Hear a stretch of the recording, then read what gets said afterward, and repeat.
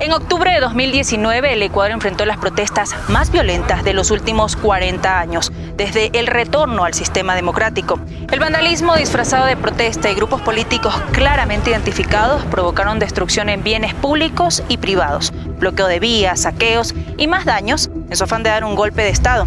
Esto es un recuento de octubre de 2019, cuando a pesar de todo, sembramos paz para construir un país mejor.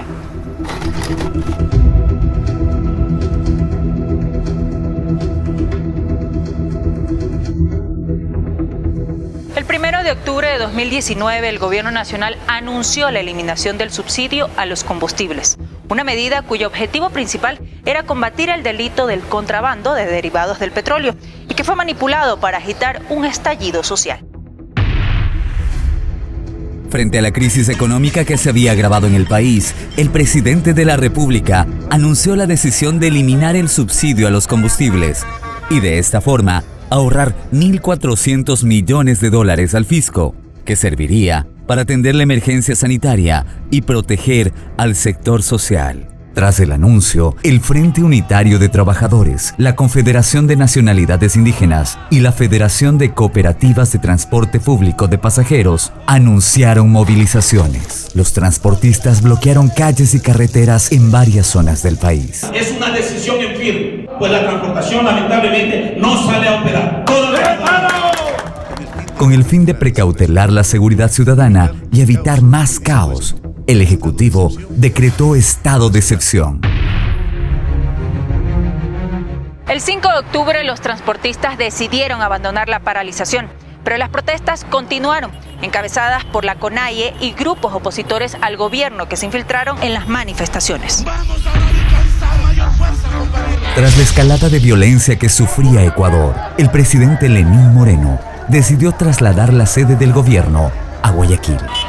Paralizaciones en las vías y grupos indígenas engañados por dirigentes inescrupulosos empezaron a causar estragos.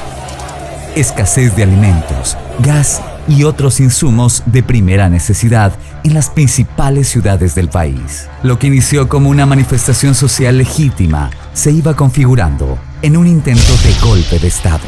La ciudadanía miraba con asombro y temor a través de sus pantallas la destrucción que sufría el país. Durante 12 días se registraron ataques contra edificios de instituciones públicas y en contra de los centros históricos de Quito y Cuenca. Los edificios e inmediaciones aledañas a la Asamblea Nacional y a la Contraloría General del Estado fueron los más afectados en la capital. Nunca antes paralizaciones o marchas habían tenido objetivos tan claros. El incendio que sufrió la Contraloría tuvo un trasfondo: paralizar el trabajo de dicha entidad en contra de la corrupción.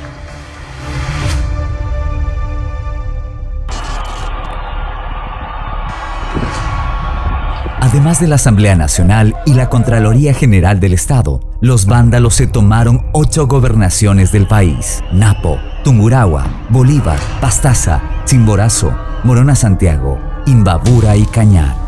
En Quito, más de 500 manifestaciones atacaron el cuartel militar La Balbina, dependencia que cuenta con aeronaves y material bélico. Además, 26 unidades de policía comunitaria fueron destruidas. Una unidad de vigilancia comunitaria fue quemada. 108 vehículos policiales fueron afectados. Pese a la extrema violencia de las protestas, la Policía Nacional tenía una orden clara: no disparar una sola bala. Únicamente controlar el orden de las protestas y, en casos extremos, el uso de material disuasivo. No obstante, el cuerpo policial sí sufría los embates de la violencia. 435 policías y 80 militares resultaron heridos. Más de 200 efectivos fueron humillados y secuestrados. Además, se reportaron 554 personas heridas y 929 fueron detenidas por haber participado en los desmanes. Ningún fallecimiento se produjo por acción directa de la Policía Nacional. Lastimosamente perdí el ojo izquierdo. Me pegaron con palos, con bullos y me apedrearon, y es por ese motivo que yo me encuentro aquí en ese estado. Los bienes privados también fueron afectados. El comercio, el turismo y la industria sufrieron millonarias pérdidas. Hubo más de 120 saqueos y extorsiones en florícolas, empresas lácteas y haciendas. En Quito, los propietarios de pequeños negocios, ubicados en los alrededores de la Asamblea Nacional y de la Contraloría, lo perdieron todo. Robaron sueldas, taladros, amoladoras. Se robaron bicicletas, se robaron equipo de trabajo. En Guayaquil también se registraron agresiones a trabajadores, saqueos en almacenes comerciales y robos en gasolineras, farmacias, tiendas, cafeterías y otros negocios. Para agravar la situación, se tomaron instalaciones estratégicas, pozos petroleros, antenas de transmisión de radio y televisión, plantas de tratamiento de agua, 132 carreteras y caminos principales fueron bloqueados.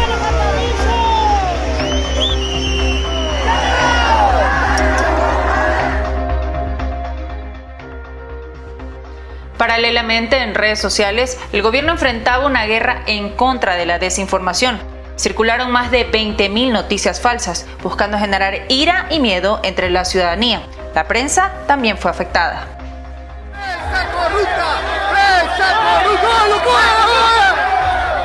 La violencia imperaba y los manifestantes impidieron el trabajo de la prensa escrita y otros medios de comunicación a través de actos vandálicos. La organización Fundamedios registró 131 periodistas agredidos durante las protestas. El 10 de octubre, 31 periodistas fueron retenidos por grupos que cercaron la Casa de la Cultura Ecuatoriana. El 12 de octubre, Quito vivió uno de los días más violentos de su historia reciente.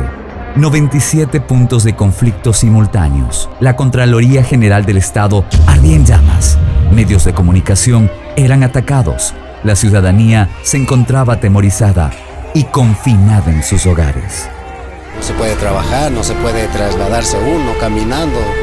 Y no hay cómo llegar a nuestros trabajos, a veces hasta que nos puedan despedir, porque no se avanza a llegar. Que ya se dejen de hacer huelgas y para que pueda producir el Ecuador.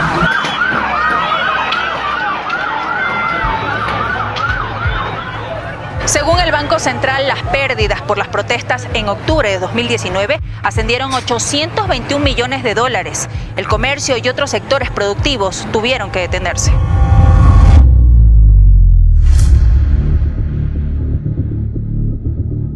El sector hidrocarburífero tuvo pérdidas por cerca de 2 millones de barriles, dado que 11 campos fueron atacados. El sector florícola perdió más de $40 millones, porque 11.000 toneladas de flores se dejaron de cosechar o de exportar. La industria turística perdió más de $50 millones. El intento golpista de octubre también afectó la capacidad de respuesta del país ante la pandemia. Se perdieron importantes recursos que hubieran sido destinados para atender la emergencia sanitaria. Desde el principio, el presidente de la República extendió la invitación al diálogo. Ese siempre fue el camino, esa siempre fue la posición del gobierno.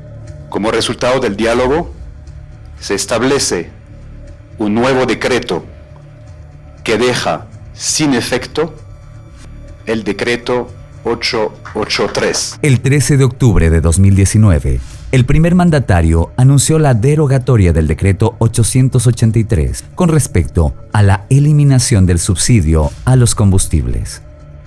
Posterior a los diálogos entre el gobierno y los dirigentes indígenas, se instalaron las mesas de acuerdos.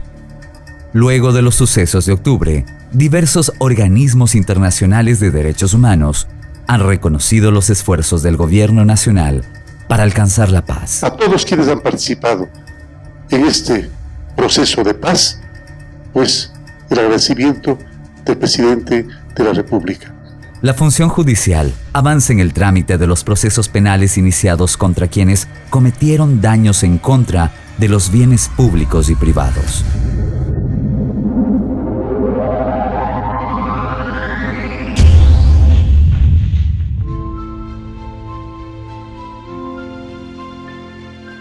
Después de un año de este suceso, el Ecuador se levanta.